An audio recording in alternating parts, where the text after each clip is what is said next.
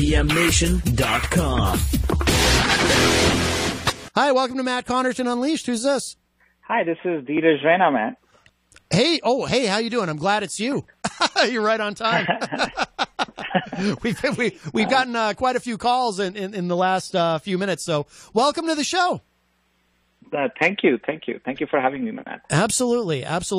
So I know that you wanted to come on. I mean, we can talk about a number of different things, but your wife, your late wife, Uzma.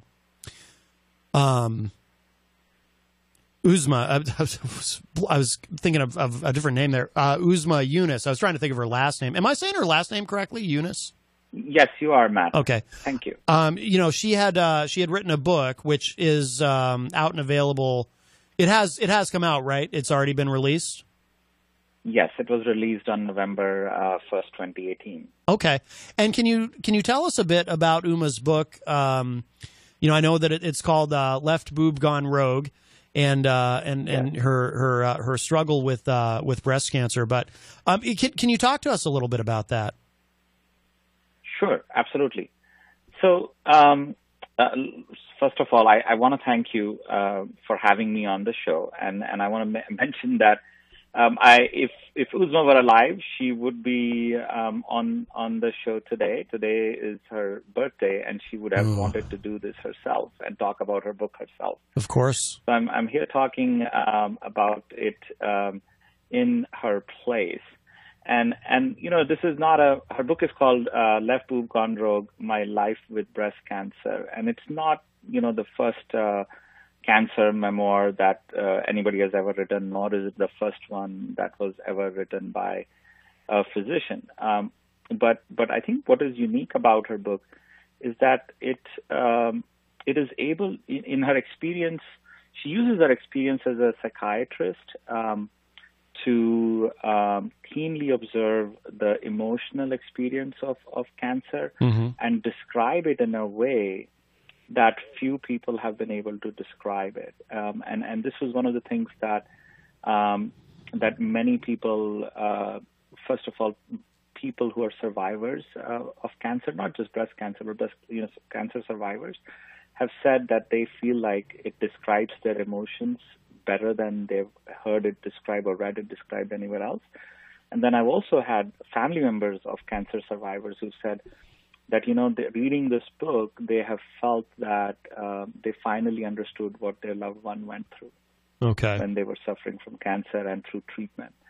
And that's the unique thing about the book, in my view, and in the view of many of our readers, is that it does an amazing job of blending different perspectives and giving the perspective of the patient and explaining the patient's emotions, and makes them feel as if they're right there with her. Yeah, I was going to say, it sounds like it helps, people feel like they're not alone. I mean, obviously cancer is something that's, very, very common, very prevalent, but, it must be, I mean, I would assume that the book probably not only provides, some comfort and perspective, but maybe even some practical advice about how to deal with this experience emotionally, and how to how to stay optimistic, and how to keep going, and all of that, how to try to push through it, and how to deal with, if it's not going well. I mean, I assume that's kind of all in there. I'm not articulating it all that well because it's a difficult thing to talk about, but I assume that's all kind of in the mix in terms of what people find so helpful about a book like this. Actually, what is interesting about her book is I think it gives all of that advice through example rather than through concrete sort of, advice or counseling people. Okay. And in fact, what is interesting is about 2 or maybe 3 weeks before she passed away, she had spoken to her editor, who had helped her edit this book, and told her that she wanted to write her second book, and that it was going to be about practical, concrete advice about how to, deal with cancer emotionally, the emotional aspects of cancer survivors. And of course, we knew that at that time she was already in hospice. We knew that was not going to happen, but she was prepared to do that if she were to survive. Okay. But this book does not actually do that concrete step-by-step advice. It's more of basically giving people an example of how one can truly deal with reality on reality's terms regarding one's cancer and one's mortality, and at the same time live life fully. Right. And that's what it does. Hello to Timothy Paul, who joins us in the Facebook live chat. And then Jenny made a comment, regarding my saying, people being able to read the book and feel like they're not alone. She said, not only not alone, but not crazy either. Because I would imagine, the emotions one goes through, must be, and not only for the person diagnosed, but for the people around that individual who love that person, obviously, and care, but obviously, especially for the person who's diagnosed with this. It must be quite the roller coaster of emotions and a lot to kind of manage. Emotions can be difficult to manage anyway, but something like this, and the struggling with one's own mortality and all that. That's got to be very, very difficult. It is, Matt, and the other thing that cancer survivorship does, or dealing with cancer, whether you survive it or that you're going to die from it, either way, it sort of zooms in the lens of your life. And suddenly you don't, it narrows your focus. And it keeps doing that repeatedly, and it narrows your focus to your mortality and zooms in. You think about your mortality immediately as soon as somebody's told that they have cancer. It's hard not to. It's not, and I think that's something that happened with Uzma right away when she was first diagnosed with cancer. And it acts, and then she, even when her cancer was in remission, that was something that never really completely left her. This concern about what's going to happen, how long do I have? And in fact, today I had, I was looking at one of her blog posts. She had a blog by the same name, Left Boob Gone Rogue, at her URL, uzmamd.com. And she had and she used to contribute to Huffington Post and had one contribution to New York Times as well. Oh, wow. Okay. And she wrote a blog about it in December 2015 about, what does it, what does time, what do birthdays mean, and how, measuring time does not capture, the weight of one's life that one has lived. Right. And so I think that's something that she thought about even when her cancer was in remission. Wow. Yeah. No, I can imagine. You mentioned her blog. Is that, how many, do you know? I imagine she was very prolific. Obviously, she was a writer. Do you know how many blog posts that she did for that blog? I would think it's probably quite a few. She did quite a few. I think she did about 150 blog posts. Hold on, I know 100. On her blog before she passed away, she added me as an admin. So I've done some posts related to our experience of cancer since she passed away. But she probably did so her blog posts are total like 170 published posts. Oh, no kidding! Wow. She didn't write many blog posts in her final year. Okay. In 2018, she didn't write a lot because she was so focused on finishing her book and getting it in print that she didn't write many blog posts in 2018. But before that, she had written quite a few. Wow. Okay. Now, in terms of, do you have children with Uzma? Yes. Okay. Yes, we have two kids. One of them, and both of them are young. One of them is 8, and the other is almost 12. Oh, that's got to be hard. Yeah, I mean, it's, when I'm in my mid 40s, and I still have both my parents, and it's difficult to imagine what what you all must be going through. But for your kids to to lose a parent so young, that's got to be really hard. I'm not trying to get maudlin on you. I'm a very empathetic person, and I think about what other people are going through, and I can't help but no, kind of feel that it is hard, but at the same time, I think this is the thing that Uzma used to she made some tough decisions. When she got diagnosed with recurrence in 2016, she decided right away that there was no way that she was going to continue working. Okay. Because she said she felt like when she had the recurrence diagnosis and it was metastatic, it had already spread to her liver. Ooh. She decided that she doesn't know how much time she has, and the best thing to do is to focus her energies on her kids and our family, and so that's what she did. And I think in the time that she had, again, going back to when our oldest was born, she immediately went to part-time work, and so she really focused on giving them the most that she could give throughout this time, and trying to make them as resilient as they could be, as one can. And so I think that helps. Yeah. Now, of course, it is tough to lose a parent when you're that young, but hopefully some of the things that she has taught us will help us overcome her loss in the long run. Yeah. Jenny is asking in the Facebook live chat, what are the future plans for the book? She did mention it's currently available on Amazon, correct? Yes, it is currently available on Amazon. If you search Left Boob Gone Rogue, My Life with Breast Cancer, or you search by Uzma Yunus, Yunus is spelled as Yunus, it will show up. And it's available as both a paperback and also as a Kindle edition.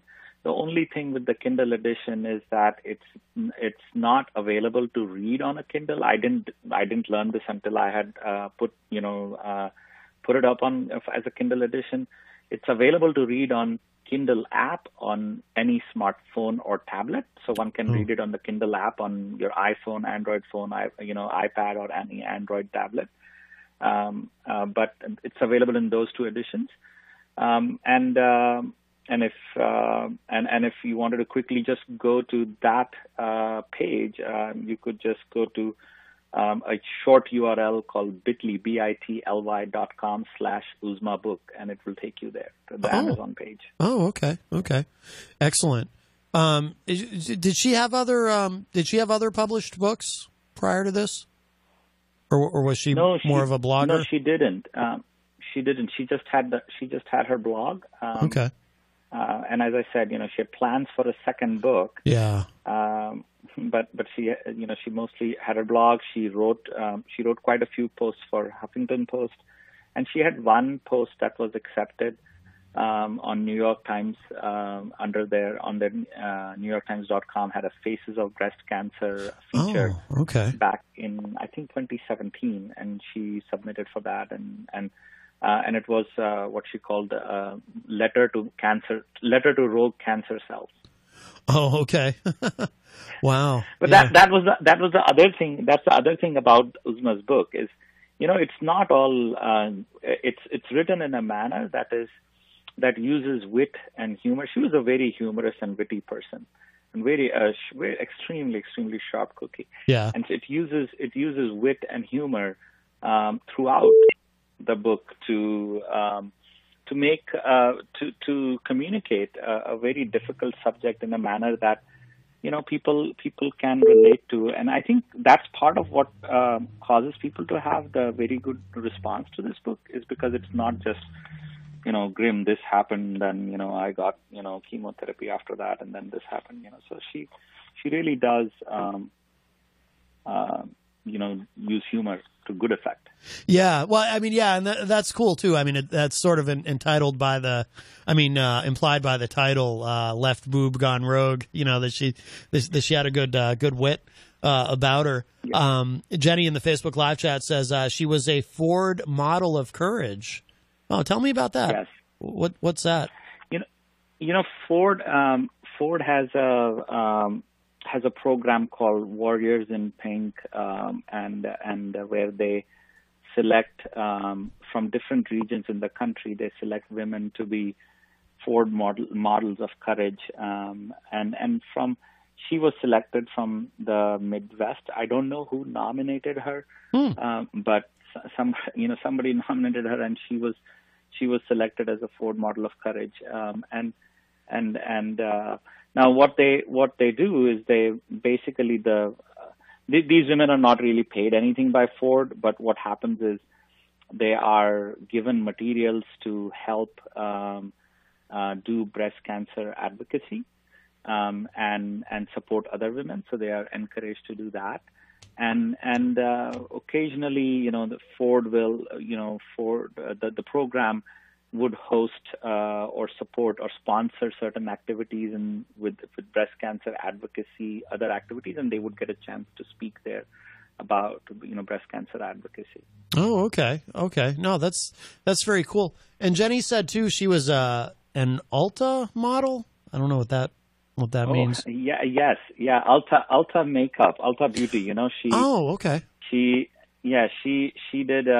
Every year in October, I believe, Ulta Beauty does a promotion where certain things that are labeled a certain way in their stores, they donate a percentage of that or something to Breast Cancer Research Foundation, and they do an advertising campaign around that. And in 2017, she was one of the models who was in their video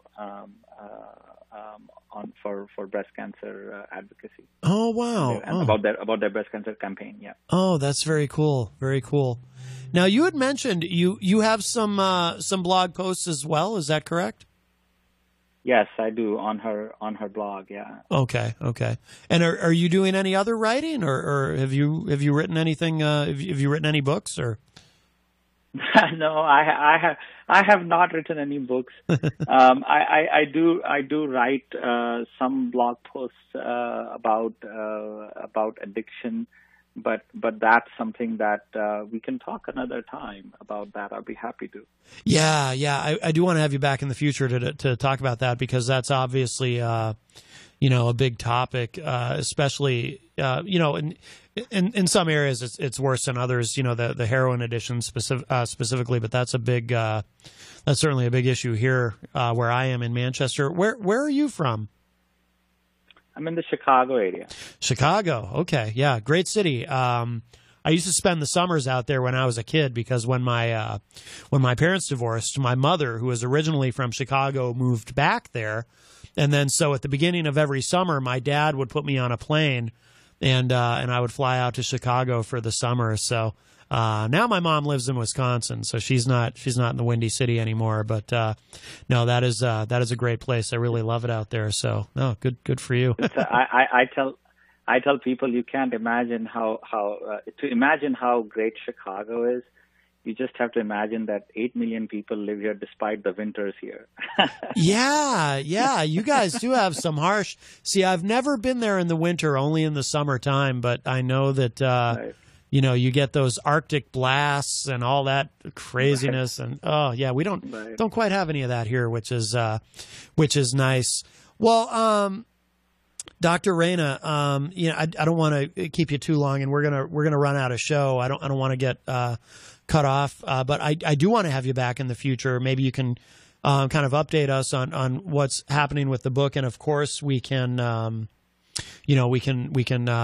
about the other subject that we just mentioned as well, because I'd love to have an extended conversation with you about that. But please let us all know where to go. Where's the best place to go online to find Uzma's book and her blog and all of that, and anything else that you want us to know about, please. Sure. So Uzma's blog is at www.uzmamd.com. So that's where her blog is. Okay. And you can also, if you search by her name on Huffington Post, you will also find posts there. So Uzma, UZMA, last name Yunus, YUNUS. And some of those posts are not on her blog, and they're not in her book. Some of them are unique to Huffington Post. Okay. And again, if you search by her name, you will also find her one article that got published on NewYorkTimes.com. And then her book is on Amazon only right now. Okay. I am in the process of trying to get her book published through mainstream publishing. Her goal was to get it published through mainstream publishing because that way then, it gets to the widest audience possible. Right. But, it shows up in bookstores and stuff. It's not really in bookstores unless some bookstores have bought it and and I wouldn't know about that. But it's not really in bookstores right now. It's only on Amazon. And it's called Left Boob Gone Rogue: My Life with Breast Cancer by Uzma Yunus. All right, very good. And Jenny did share some of that information too in the Facebook live chat for our listeners online on Facebook. The link to the website and spelled out Uma's name and Left Boob Gone Rogue, available in Kindle and softcover on Amazon. Very good, very good. And and we'll share that out again too when we share this out on social media. This conversation. So, Dr. Dheeraj Raina, did I get the name right? Yes, I did. You got okay. it right. Well, thank you. You got it right. I will disclose to the audience I cheated a little bit because we talked earlier before the show to make sure I knew how to say it. All right, but thank you so much for your time today, and I look forward to talking with you again in the future. But I really do appreciate the call. Thank you so much. Thank you very much, Matt, for having me once again. You got it anytime. All right. Thank you. Bye-bye. Bye. All right. There you go. Well, that was, that was a great, a great discussion. It was nice to talk to him. That's the first time he and I have ever talked at length, but, we talked briefly earlier. Like I said, Jenny put me on the phone with him so I could ask him, how exactly do you say your name? But there you go. And like I said, when we share this out later, we'll also share out, links, all those links. So if you're in your vehicle traveling home from work or whatever it may be, and you're not on Facebook at the moment, we'll make sure you can get access to that, to all of that. So, definitely, recommend that. Let's see. We have just a couple minutes left before we got to get out of here. There is a story. Part of this is purely selfish on my part because I enjoy saying his name. Speaking of names, George Papadopoulos. I just think that's fun. He came up, he showed up back in the news, Salon.com reporting former Trump campaign aide George Papadopoulos formally asks for a presidential pardon. And part of why that's so interesting, and Papadopoulos, by the way, if I remember correctly, he was the guy that Trump said, never heard of him really. I think he was the coffee boy or something. Completely inconsequential to my campaign. But he did plead guilty to the FBI as part of Mueller's probe, and he served a whopping 12-day prison sentence. So I don't know what he did that only got him 12 days. Maybe he spilled the coffee or something, and you're not supposed to spill coffee in a government building. I don't know how that works. No, I'm kidding. This was, of course, during the campaign that would have happened. But it says here, George Papadopoulos, the former campaign foreign policy advisor to President Donald Trump, who pleaded guilty to making false statements to the FBI. Remember, kids, that is frowned upon. You cannot make false statements to the FBI, no matter what Michael Flynn tries to tell you. Because remember, Michael Flynn said, it's not my fault I lied to the FBI. They forgot to remind me that you can't do that. Anyway, Papadopoulos revealed that his legal team has formally asked for a presidential pardon. He said, quote, I have no expectations for it. I know my lawyers have formally applied for one. If I'm granted one, it would be a tremendous honor. And of course, I would accept it, unquote. Papadopoulos told Fox News yesterday. A tremendous honor to receive a pardon. He's already served his prison sentence, but if he's pardoned, How does that work exactly? So once you're pardoned, is it expunged from your record? I don't know how that works, now that I'm thinking about it. Papadopoulos pleaded guilty to lying to investigators as part of Mueller's probe and served a 12-day prison sentence last year. Host Martha McCallum asked him on Fox, quote, "You already spent 12 days in federal prison, which I'm sure was not a picnic, but I'm sure you'd like to have that off your record," unquote. Oh, so this answers my question. And then Papadopoulos said, quote, "Yeah, I would. I mean, I definitely would. It would be nice to move on with my life. And my wife would certainly like to kind of forget this entire chapter and get this behind us." Well, that's all perfectly reasonable to want that. But the larger question this raises, and there's more here, but we're going to run out of time in a minute. But the larger question that is raised here is, will Trump, now that the Mueller probe is sort of for the most part behind him, right? There are still some unanswered questions, and are we going to get to see the report, and how redacted will it be, and how much executive privilege will the Trump administration use in terms of redacting it and doing some editing before anything is released or before it's given to Congress and so forth, right? At some point soon, probably be smart to wait till his second term, if he wins a second term, to be honest. At what point do we begin to see some pardons? At what point does he begin to, because, he still speaks very glowingly of Paul Manafort, even though Manafort apparently stole millions of dollars along with his literal partner in crime, Rick Gates.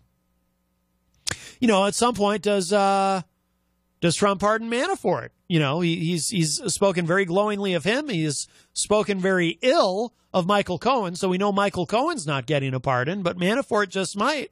And, will he pardon Papadopoulos? Plus, it's kind of fun to say pardon Papadopoulos. I like alliteration as much as anyone. Let's see. You know what? We'll leave it at that for this story, although I will drop the link to it in the Facebook live chat really quickly, but we are going to run out of time. So that will do it today for Matt Connarton Unleashed again. Thank you to Dr. Dheeraj Raina for calling in. Really enjoyed that discussion about, talking about his late wife's book, which is available now, Left Boob Gone Rogue. It is on Amazon. And, we'll have him by Dr. Uzma Yunus, and we'll have actually the full title. I should get the full title in. Left Boob Gone Rogue, My Life with Breast Cancer by Dr. Uzma Yunus. And that is currently available. And like I said, we'll have him back. He's an addictions specialist, so that's a whole subject in itself. So we'll have him back to do that. So thank you to him for calling. Thank you to everybody in the Facebook live chat. IPMNation.com.